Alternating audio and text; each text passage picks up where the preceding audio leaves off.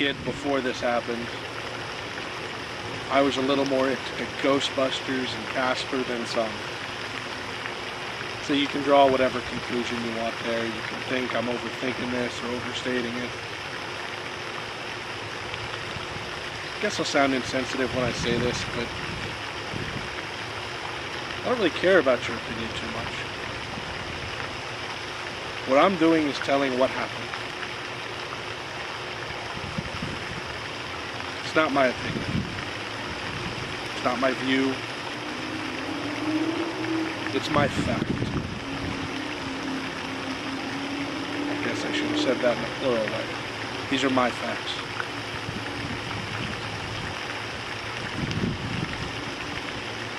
So it wasn't even a day after this happened that my house turned into something right out of a damn horror movie.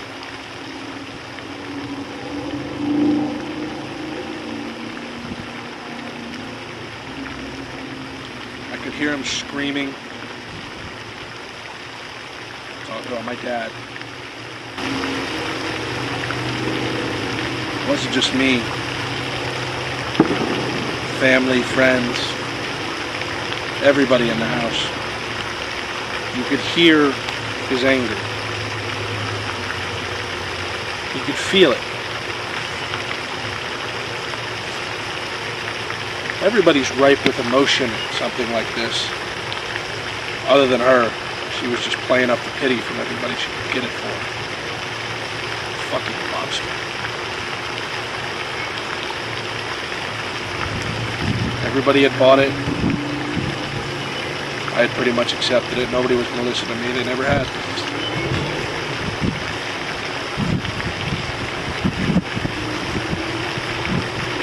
I could tell you that we saw plates flying out around the kitchen. And the beautiful copper cookware that he used to make me cheese omelets with. That stuff was laying on the ground in the counters, getting hot enough to scald your fingers, and nobody could touch it. You wouldn't believe me. Sure as hell what happened.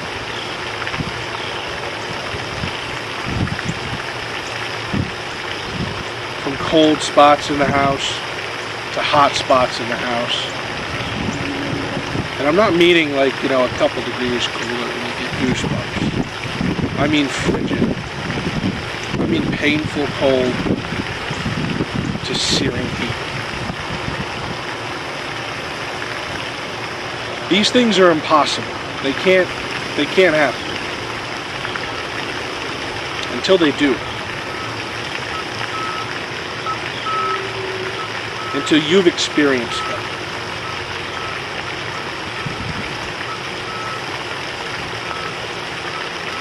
Until you've been in a bathroom and the mirrors get fogged up and there's writing in them.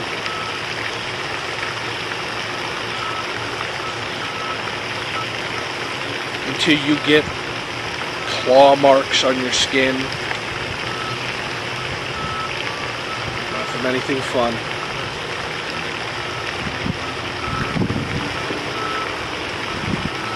Until your insides are in so much pain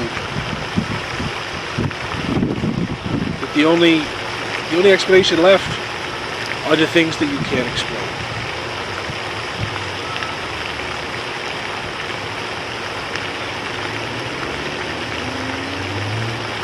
Until you see, I'll never know exactly. Maybe I'll go back to the house someday and measure the damn things people ask.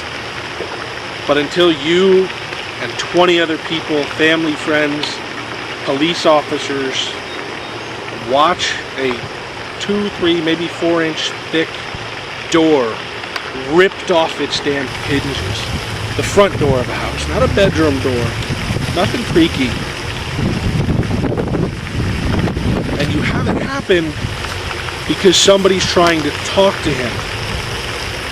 Somebody that doesn't know what they're doing.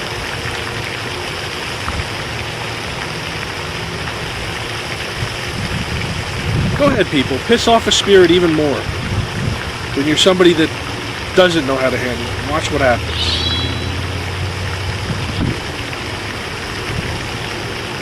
In case you didn't pick up on it, that's me telling you not to.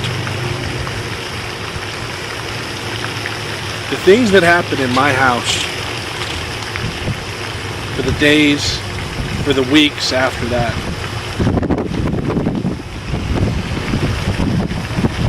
they can't happen.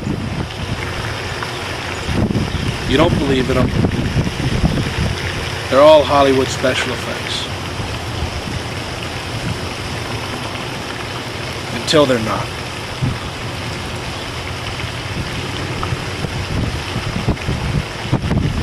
You want terror, you want hurt, you want pain.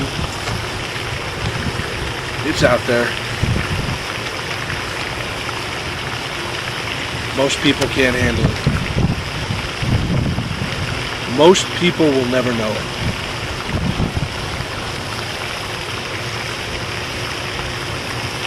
That house was hell.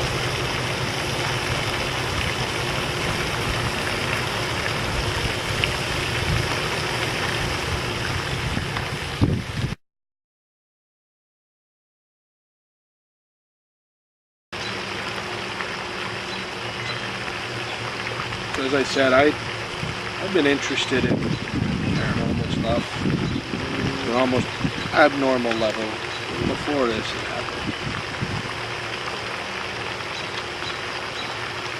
When your house turns into something like that, I mean, what choice do you have? You have to know. You have to know what you're seeing, what you're experiencing. At least I did.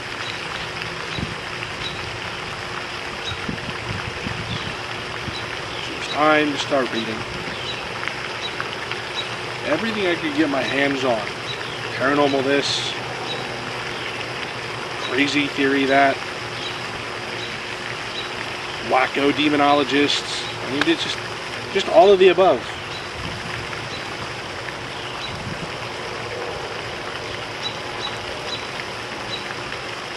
They all had their own good viewpoints, or crazy viewpoints, or bad viewpoints. Or, I don't know, I read everything I could get my hands on. Never stopped. I was always the one that would go in the dark room first. I was always the one that would hang out in the basement more. Ooh, there's a crazy abandoned house.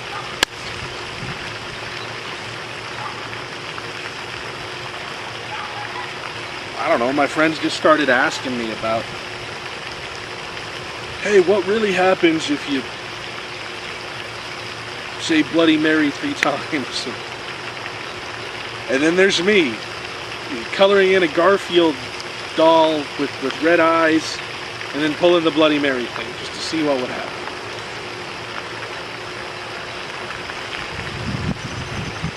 I had to know. Little experiments here, little experiments there. It never stopped. And, you know, all of a sudden it was people asking me what things meant. If something was safe, if something wasn't safe. Hey, no, what the hell's the difference between a demon and a ghost? Is there such thing as Bigfoot? Do you think aliens exist? I mean, you know, these people, they think that all of these are tied in, and I mean, I guess, in a sort of bizarre way, all of the above are. It's not me saying I've seen Bigfoot.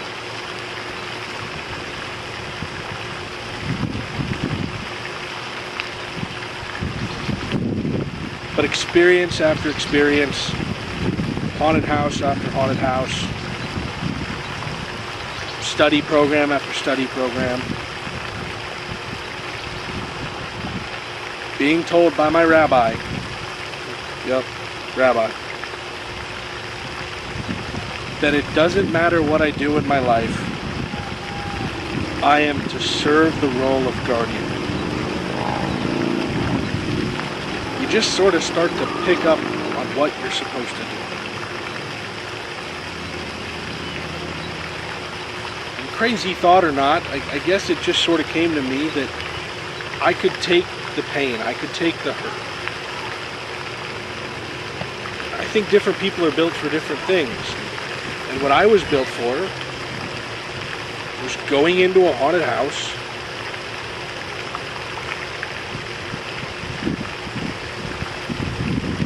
and I won't say what you want me to say here, but I'll say that it's not haunted when I leave.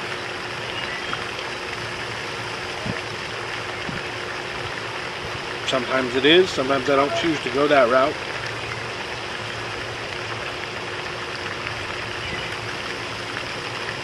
But I started doing it, you know, give or take 15. I haven't stopped, I'm not gonna stop.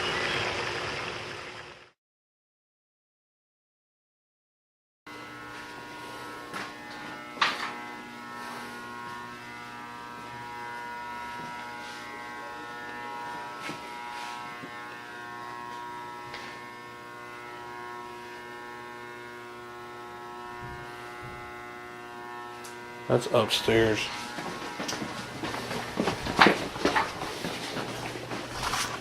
That's upstairs. You guys hearing that?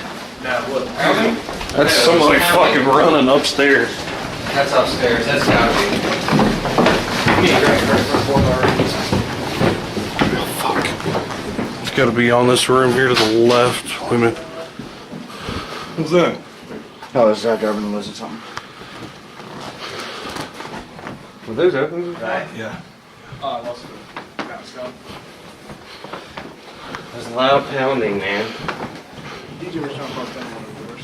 Yeah, but that was downstairs. Oh, this So it was. upstairs. Yeah, it was up. It was overhead.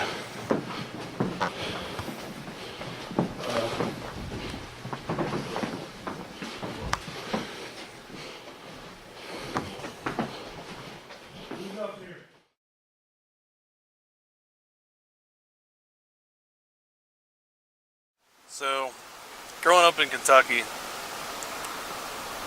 it's not as fast-paced lifestyle as it was, or as it is in the city where I live now. So, you're able to pay a lot more attention to things that go on, your surroundings. You're a little more in tune with reality, instead of the distractions from traffic and cars honking and seeing a billboard with your favorite restaurant listed on it. So as part of this beautiful country out here, you're able to relate a lot more. Your senses are a little more open, they're not as dull, and you never know what you'll experience.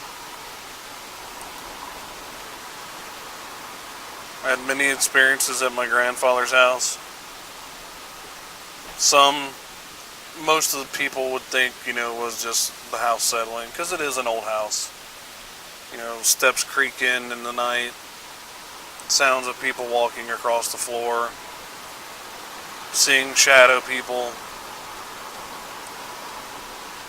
Some things you could always just dismiss as imagination, but as you get older and start to wonder a little more, some of those things become less and less imagination.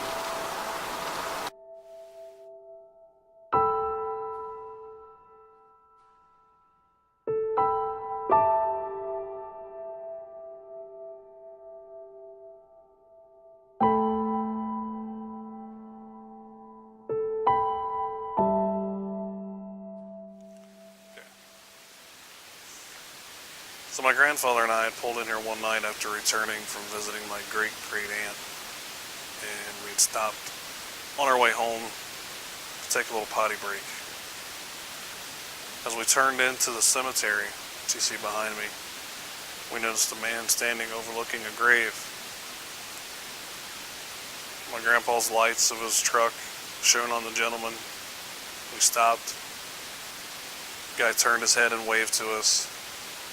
So we just backed out and left and went on our way to make it home. The cemetery was one of the first places that I shared a paranormal experience with my family.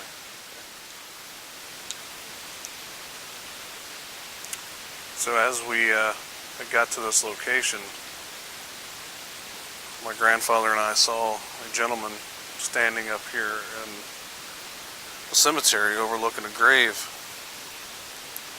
So we decided to leave. A couple weeks later, a friend of mine and I came down here to stop and take a break from riding the four-wheeler. As we pulled in, we saw the same gentleman standing looking over at the cemetery, over the same grave. So we walked around and eventually came to this final location to where the gentleman was standing, to see why he was standing here looking so long, why he'd still be in the same clothing.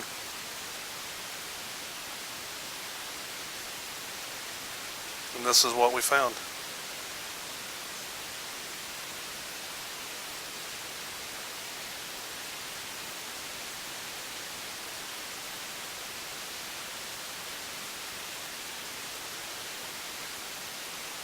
It's very faded and weathered now. This is about 20 years ago.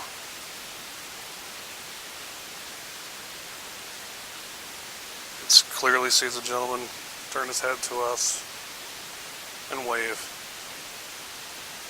So we left.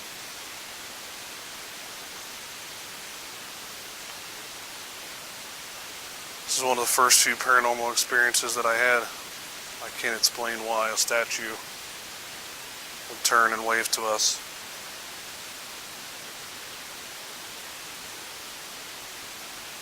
Can you?